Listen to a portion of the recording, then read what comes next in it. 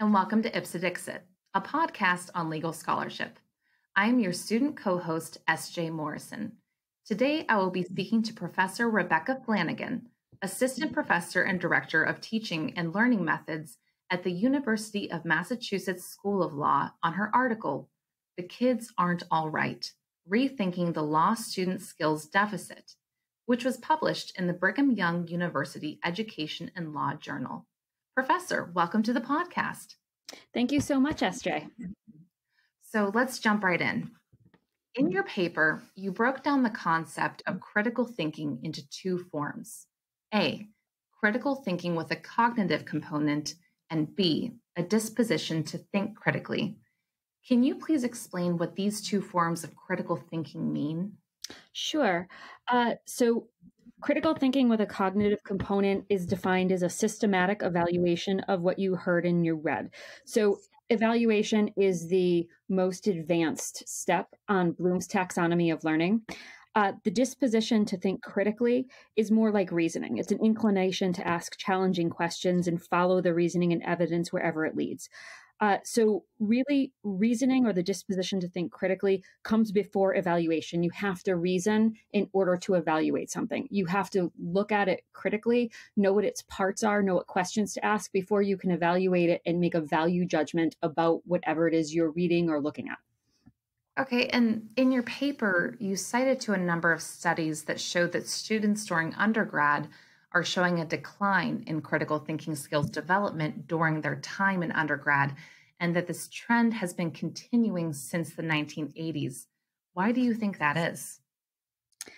I think colleges have changed their focus, and there's a lot of reasons why they've changed their focus. The first being the lack of funding, especially with state colleges.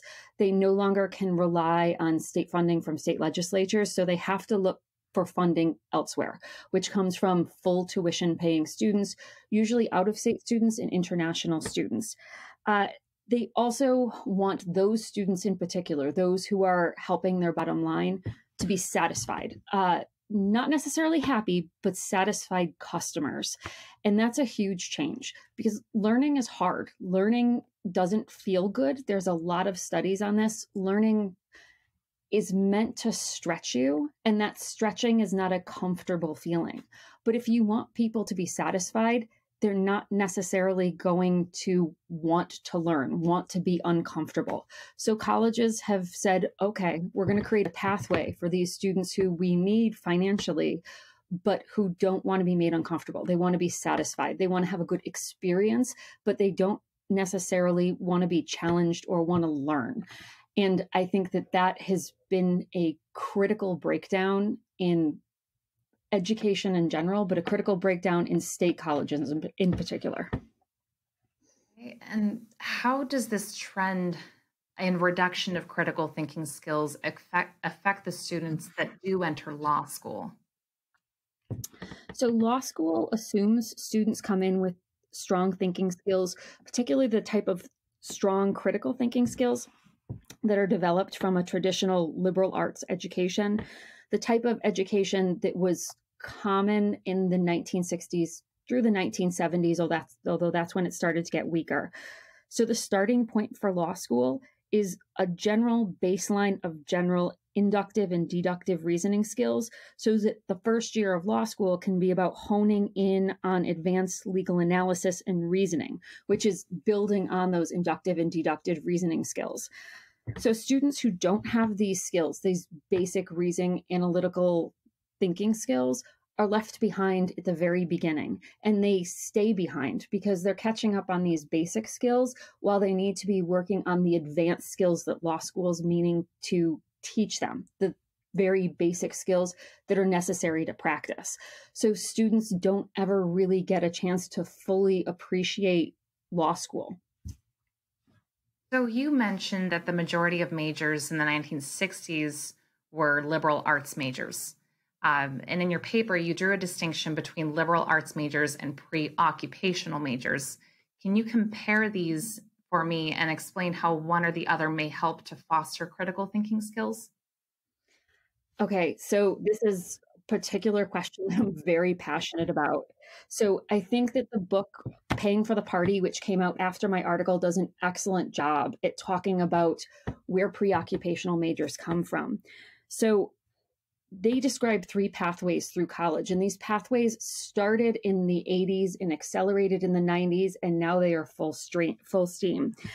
The first pathway is the Party pathway. The Party pathway includes a lot of the pre-occupational majors. They are meant for students who will pay full price for college. They will pay full tuition.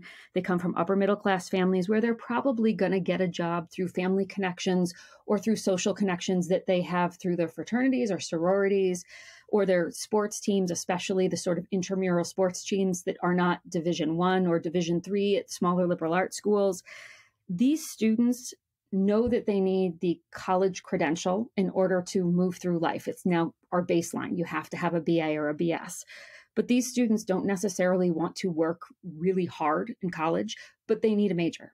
So these majors like marketing, athletic training, sports management were developed to appeal to these students who want the Party pathway. They want to go to colleges where they can enjoy the football games all weekend long and not study. They want to enjoy the fraternity and the sorority life. They want to enjoy college, but not necessarily learn a whole lot. And honestly, for these students who are going to get jobs as things like a party planner, they really don't need the advanced critical thinking skills. And the social benefits they get from college are actually really helpful for them.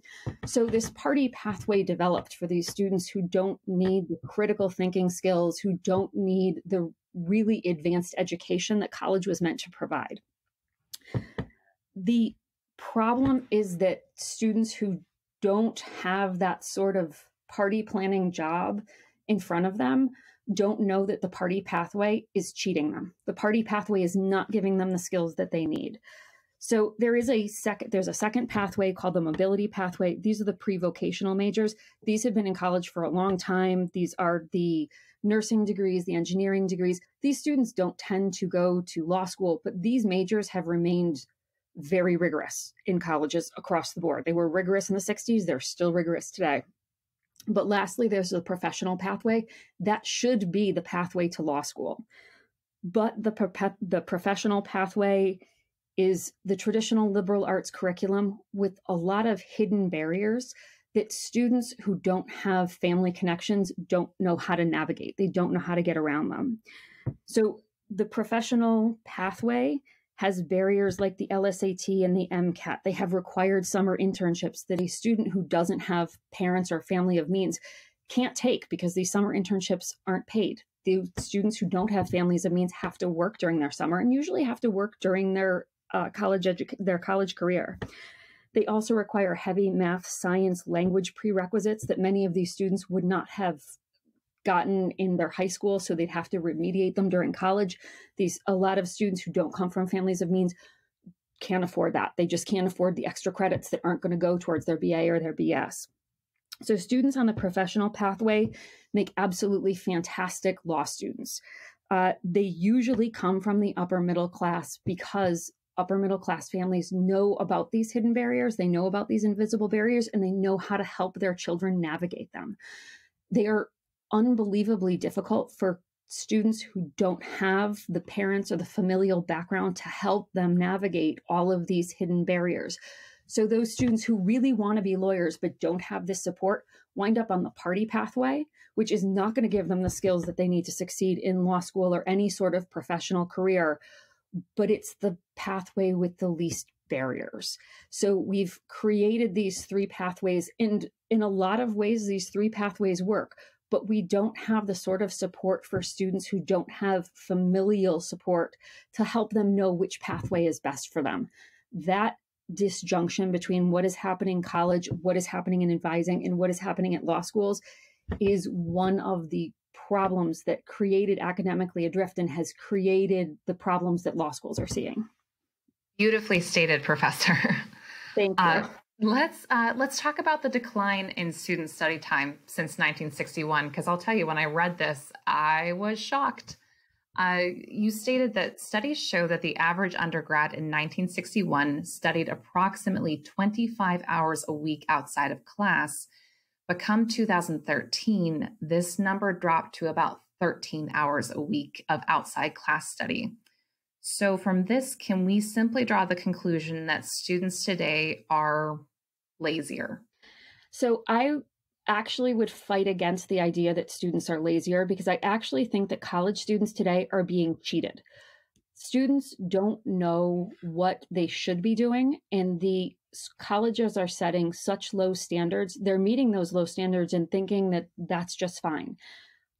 College students pay way too much tuition and put way too much time into the 4 years you have to take to graduate from college to be cheated out of the skills that they really, really need.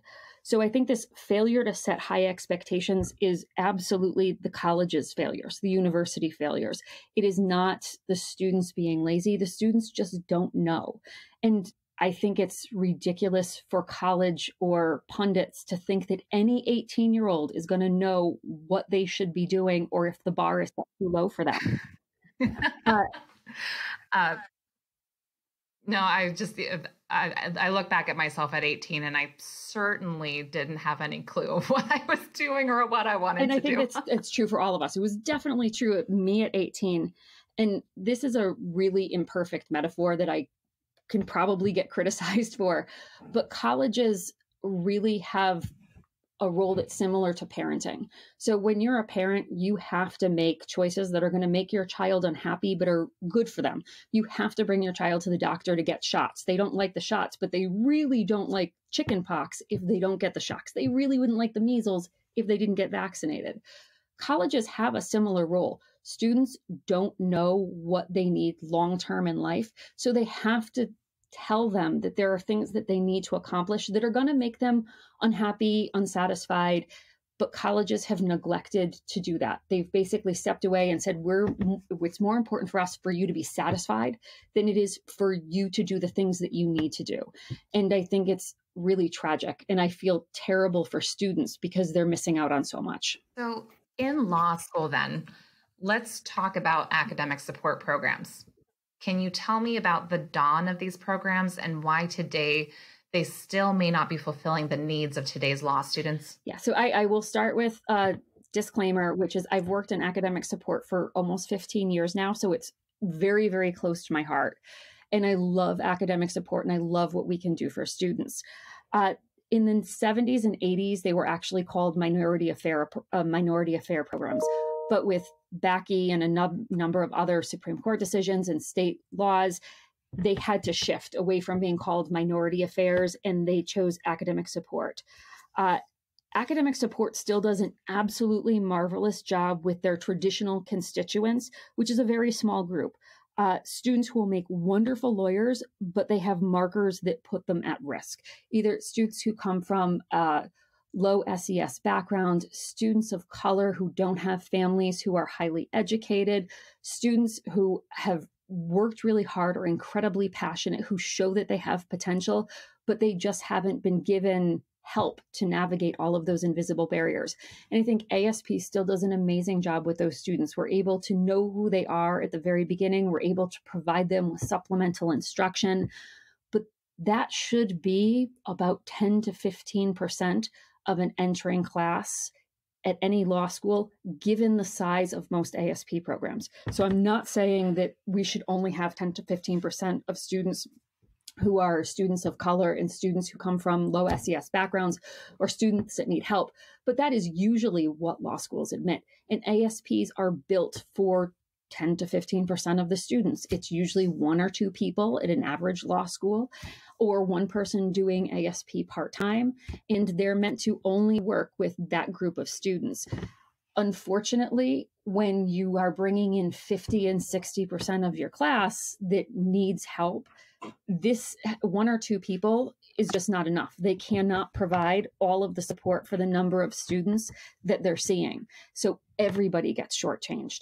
And ASP as a community has been speaking out at AALS, which is the American Association of Law Schools. They've been speaking out as much as they can, saying, please, we want to do more for more students. We want help, but you have to provide the resources. You have to provide more manpower, you have to provide more training. And law schools have, in many places, not all places, responded that, hey, we're in an admissions crisis. We can't fill the seats. We can't possibly give you more. And that's a real problem, that we're seeing more students in ASP and law schools.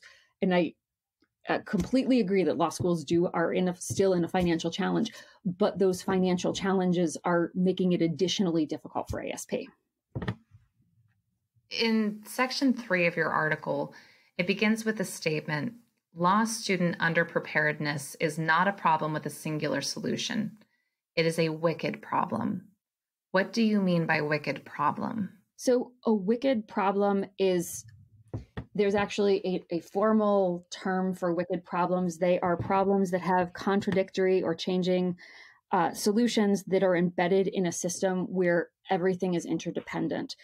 In law schools, there are multiple sources of law student underpreparedness, and the contradictory changing nature of the solutions are that some of the underpreparedness problem will negatively affect law schools in other ways. An example of this would be if you put pressure on colleges to be more rigorous and to tell students they need to take harder classes in order to succeed in law school, you're also going to find colleges recommending fewer students apply to law school. They're going to say, okay, if you need to take these rigorous classes, then if you're not doing well in them, you shouldn't go to law school, which is going to contribute to the financial problems that law schools are having.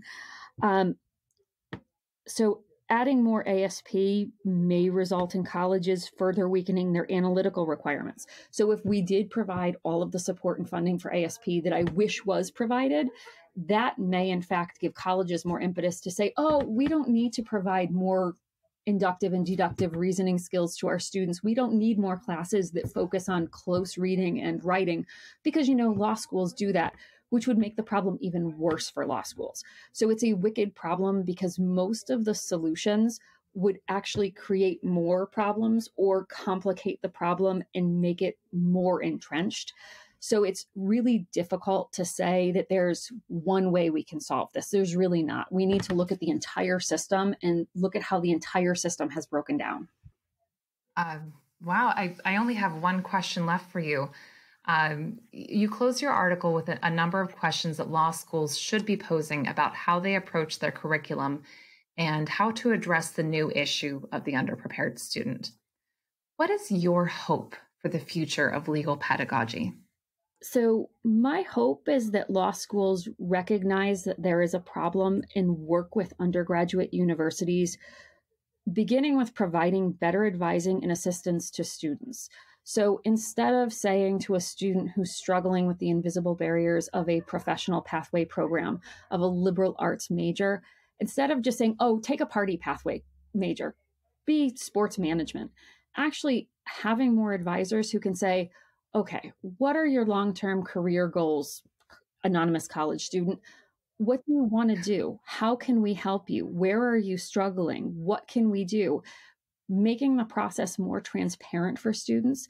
I think colleges and law schools need to be engaged in a dialogue with each other so that colleges produce better law students and law schools can do a better job educating students. I also think that law schools really need to look at what medical schools have done. And I wrote an article on this and I got a lot of pushback and it's really controversial, but I'm standing by this. Medical schools realized you simply have to have a baseline level of knowledge in order to succeed in medical school. And the stakes are so high in medical school that they didn't bend. They simply said, this is the way it has to be. These are the skills that people need to have. And we need to make sure that this happens. So medical schools have institutionalized guidance for students who want to be doctors, and they established clearly articulated benchmarks for those students. Those benchmarks are on websites that are easily navigatable so that students can find it, even if they don't have a great advisor at their college.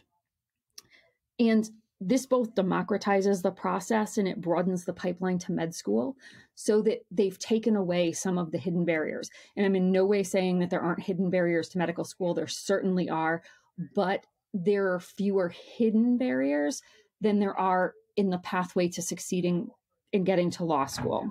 I have to read that article now because I find that so interesting. And you can really make an analogy here, and I hope that this doesn't offend anyone, but the liability for doctors and the liability for lawyers can be comparable in a way. And I say that because they are tasked with helping people, and people's lives in both professions can be on the line. And the LSAT, pretty much any undergrad can take the LSAT and be admitted to law school. Whereas, as you were saying before, you have to have something of a pre-med curriculum or a biology curriculum. Am I understanding you correctly? Yes. So there are some people who are working towards this, notably Judith Wegner, who's the Dean Emeritus of UNC Law School, and Joan Harworth, who's also a Dean Emeritus, I believe, of Michigan State. They're working with the Law School Admissions Council to change the LSAT so we can move more towards this. But there is considerable pushback, in part from law schools, because if you add more prerequisites, then you're going to have fewer students applying. And with the number of law schools that have closed or have been in crisis with the declining applications to law school, they're afraid. They're afraid if we add any more barriers to getting into law school, we're going to attract fewer students. I think that's very short-sighted. I don't think that adding more requirements decrease the number of people applying to medical school. I think it produced better doctors, more prepared doctors. People trust doctors more. I think that we could possibly change the culture where lawyers are looked at negatively if we had better prepared lawyers who had better communication skills, who were better with their clients because they had a better formative background in college. So I think that there are long-term benefits, but there's a lot of short-term fear towards moving towards a program that would help more students be better lawyers. And I think that there's also a misconception amongst a lot of non-lawyers about the stakes of lawyering. Most people have gone to a doctor and they know the stakes that if your doctor doesn't diagnose you, you could die. What they don't understand is that if you have a bad lawyer, not only can you die, you could lose your children, you could lose your livelihood, you could lose your life savings. The stakes are still really high for people who have poor lawyers, but I don't think most people understand that those stakes are there and that they're there for everyone. You don't know what bad thing could happen to you where you might need a lawyer. Therefore, we need more lawyers who are better trained, and we need to look at them more like we look at medical doctors. That is fascinating, and I would like to endorse all of those statements. That's fantastic. Professor, again, thank you so much for coming and being on Ipsa Dixit. It was so cool to get to talk to you about this article. Oh, thank you, SJ.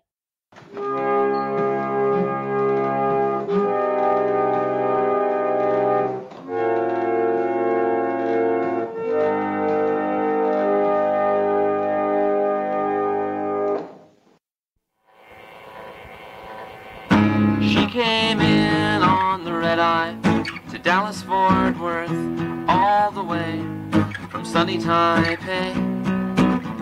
Skin the color of a walnut shell and a baseball cap holding down her black hair. And she came here after midnight. The hot weather made her feel right at home. Come on in. We haven't slept for weeks, drink some of this. It'll put color in your cheeks.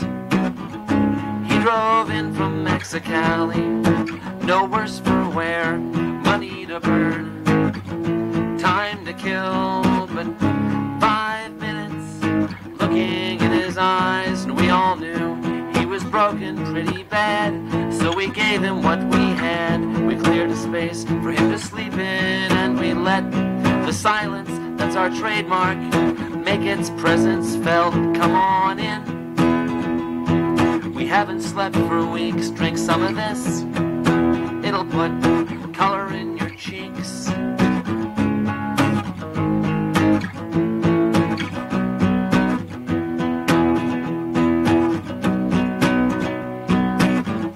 They came in by the dozens crawling, some were bright-eyed, some were dead on their feet. And they came from Zimbabwe, or from Soviet Georgia, East St. Louis, or from Paris, or they lived across the street.